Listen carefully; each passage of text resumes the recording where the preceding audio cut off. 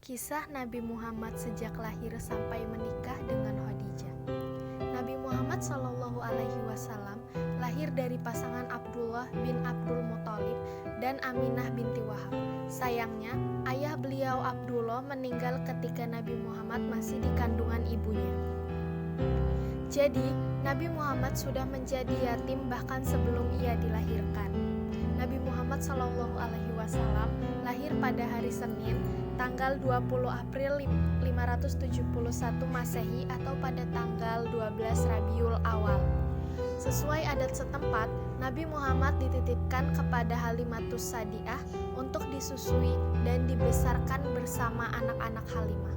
Setelah masa menyusunya habis, Nabi Muhammad kembali tinggal bersama ibu kandungnya. Selama 1 bulan Nabi Muhammad dan ibunya tinggal di Yasrib dengan menumpang di rumah saudara mereka dari Bani Najjar. Ketika dalam perjalanan pulang ke kota Makkah, tepat di sebuah desa bernama Abwa, ibu Nabi Muhammad, Siti Aminah, jatuh sakit dan wafat di sana. Ketika itu, Nabi Muhammad masih berusia 6 tahun. Karena jarak antara desa Abwa ke kota Makkah cukup jauh, akhirnya ibunda Nabi Muhammad dimakamkan di desa Abwa. Kemudian Nabi Muhammad kembali ke kota Makkah bersama Ummu Aiman.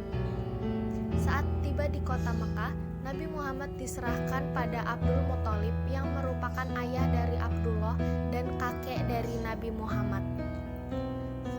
Setelah 2 tahun Nabi Muhammad diasuh oleh kakeknya, Abdul Muthalib meninggal dunia pada usia 80 tahun.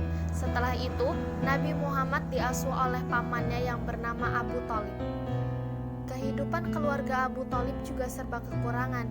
Dia mencari nafkah untuk menghidupi keluarganya dengan cara berdagang. Sejak saat itulah Nabi Muhammad mulai belajar berdagang bersama Abu Thalib sekaligus membantu pamannya berdagang. Kejujuran, kedisiplinan, keuletan, serta kejauhannya dari semua hal yang bersifat keberhalaan membuat Nabi Muhammad digelari orang dengan nama Al-Amin, yang berarti orang yang jujur atau terpercaya, meskipun pada saat itu beliau masih kecil.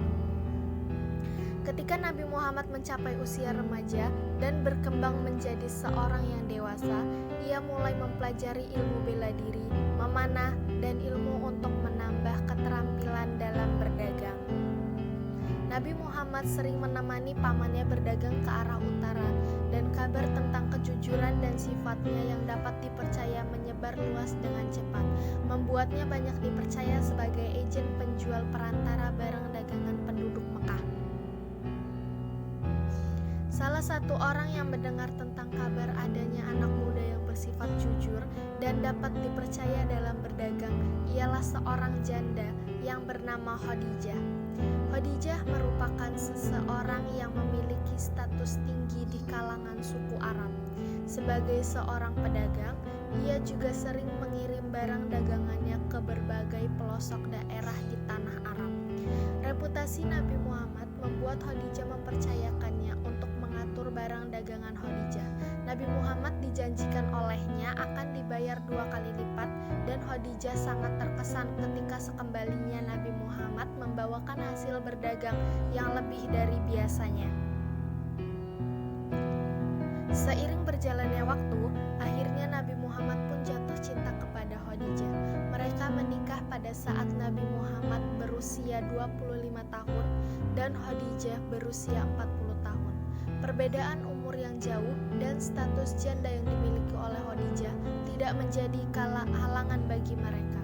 Walaupun pada saat itu suku Quraisy memiliki budaya yang lebih menekankan kepada perkawinan dengan seorang gadis kecuali janda.